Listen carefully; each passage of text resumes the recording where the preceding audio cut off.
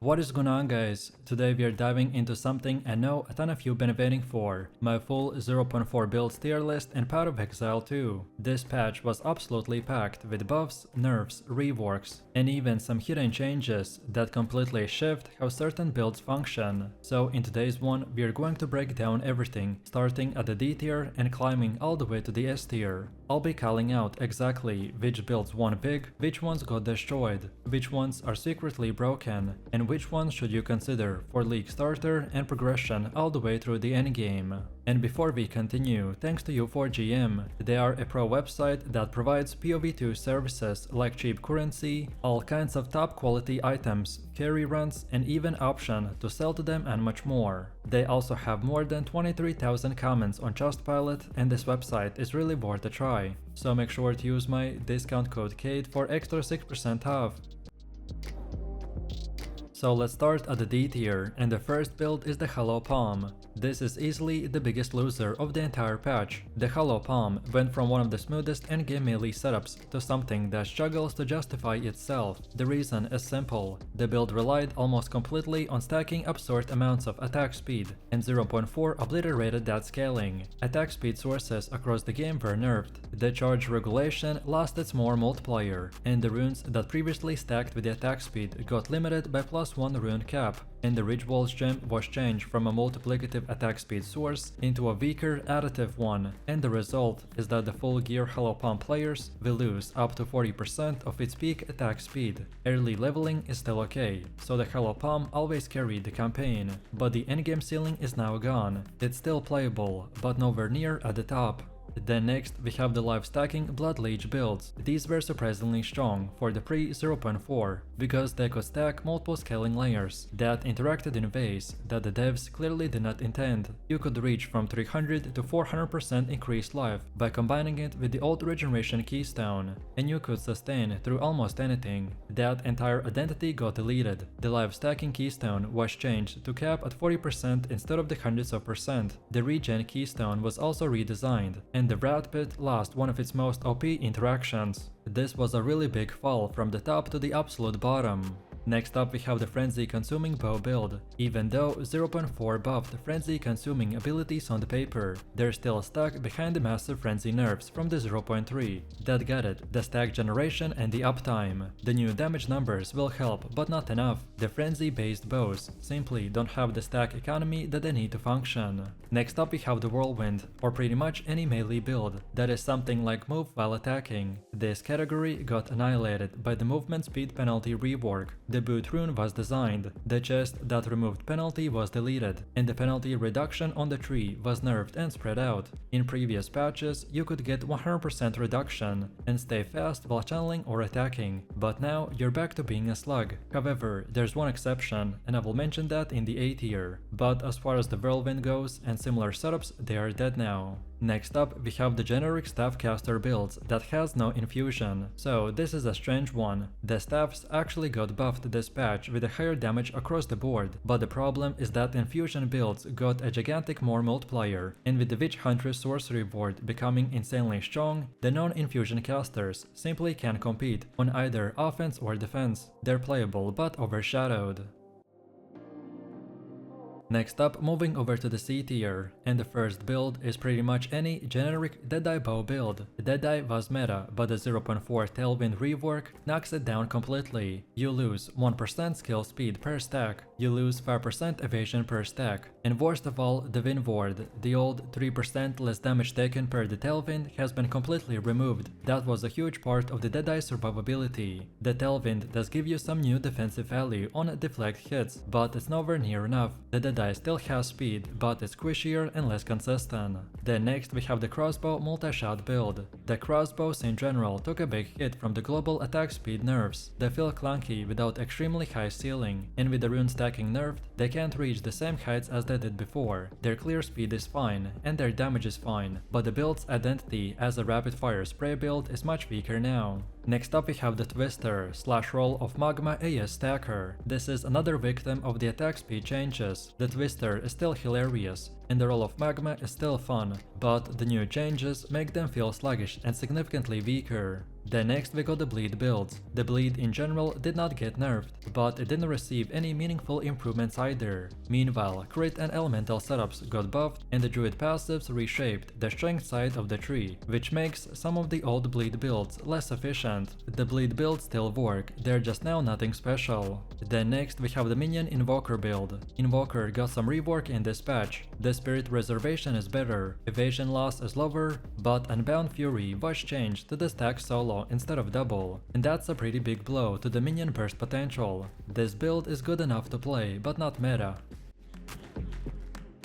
Then now moving over to the B tier, and the first build is the Flame Infusion Sorcerer. Infusion builds are one of the biggest winners of the patch. The Flame Infusion in particular will benefit from the new 20 to 40% more multipliers on support skills. Maintaining Infusion is easier now, the new collection radius helps a lot, and the Storm's Ascendancy was tweaked to synergize more cleanly. The damage is good, the clear speed is great, but survivability can be hit or miss unless paired with the right Ascendancy. Then while talking about the Sorcerer, we have the Cold Infusion setup, and here we have the same story as the Flame. The buffed supports make Cold Infusion stronger, and the Infusion uptime upgrades will help a ton. It's great for mid-game performance. It got slightly worse single target than the Fire, but better crowd control. Then next we have the Lightning Infusion Sorcerer. This is probably the fastest feeling infusion build now, especially after the changes to the skill speed interactions. The issue, although like the others, is staying alive without committing too heavy to defenses. Next up we have the Spear Frenzy Consumer. The Spear builds got a big blow up this patch. The Frenzy consuming spear skills received meaningful number boosts, making the playstyle more quick again. They still depend on attack speed sources that were nerfed before, but the spear's new innate base damage will help to compensate. Then also we got the Staff Crit Caster. The buffed linear support plus the staff damage buffs will equal that this build is back in the meta. It's still not as durable as the S tier, but the burst damage is significantly better in the 0.4, especially with the Witchhunter changes indirectly helping the caster archetype. Next up we have the Chronomancer Curse Stacker. The Chronomancer now ignores the curse limit entirely. This means you can throw multiple utility curses, offensive curses and defensive curses without worrying about the caps. It still requires careful gearing, but for players who specialize in the curse synergy builds, this is suddenly extremely powerful. Next up we have the Gemhand melee builds. The Gemhand is better now due to the tree adjustments and some item buffs, but still not off the chart strong. It got smooth leveling, okay in-game and unique flavor, but for now nothing game changing. Next we got the Warbringer Slam. The Warbringer's redesign node that increased the hit damage against fully broken armor is a very real buff for the heavy hitting slam builds. They feel weighty and rewarding again. Overall, damage is good, mobility is tolerable, and survivability is average. Next we got the Smith of Katava Spirit build. The spirit based setups got a small but meaningful bump from the Ascendancy's rebalancing, especially the body armor doubling its reduction values. It's still not a meta build, but now quite respectable. And now for the last B tier build, we have the Amazon Hybrid Infusion. The Amazon now automatically will gain all 3 infusions, so 2 fire, 2 cold and 2 lightning, by smoothing out leveling and making the hybrid scaling easier. You get good flexibility, but you lack the raw damage that the pure sorcerer infusion builds will get. However, this setup is still a solid choice.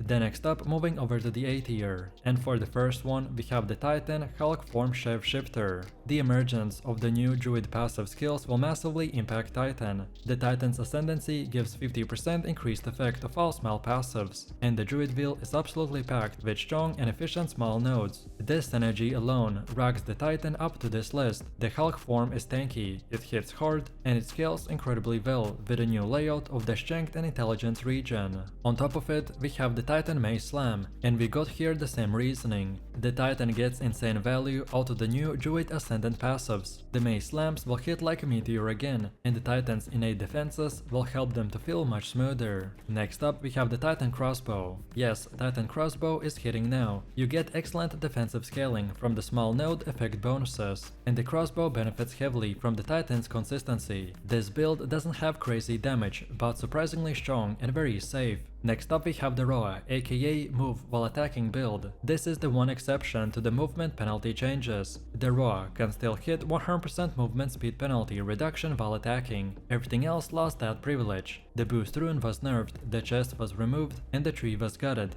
This means that the Roa is now the only build in the entire game that lets you attack at the full speed, while moving like a zoomer, so this alone puts it in the A tier. Next we have the Witchhunter sorcery ward build. This is one of the biggest defensive winners of the 0.3, as the sorcery ward now absorbs all the damage types, including physical, chaos and elemental, and not just spells. If you could hit 8 to 10,000 ward before, then you can now use that pull against literally anything. Combine that with the Witchhunter's evasion and the skill-based identity, and you get one of the tankiest and the safest casters in the game. Next up, we got the Invoker Spirit Caster build. Invoker's quality of life changes are fantastic, the Spirit Reservation is easier, and Unbound Fury, now stacking slower, does not matter as much for the caster variant. Overall, the Spirit casting builds will now feel clean and powerful in 0.4. And then for the final A tier build, we got the Crit Bow Deadeye. Even with the new severe defensive nerfs, the Deadeye's damage is still excellent. The Tailwind still gives movement speed, and deflect-based mitigation will help a lot. The Crit Bow setups remain strong, simply because the projectiles will scale extremely well.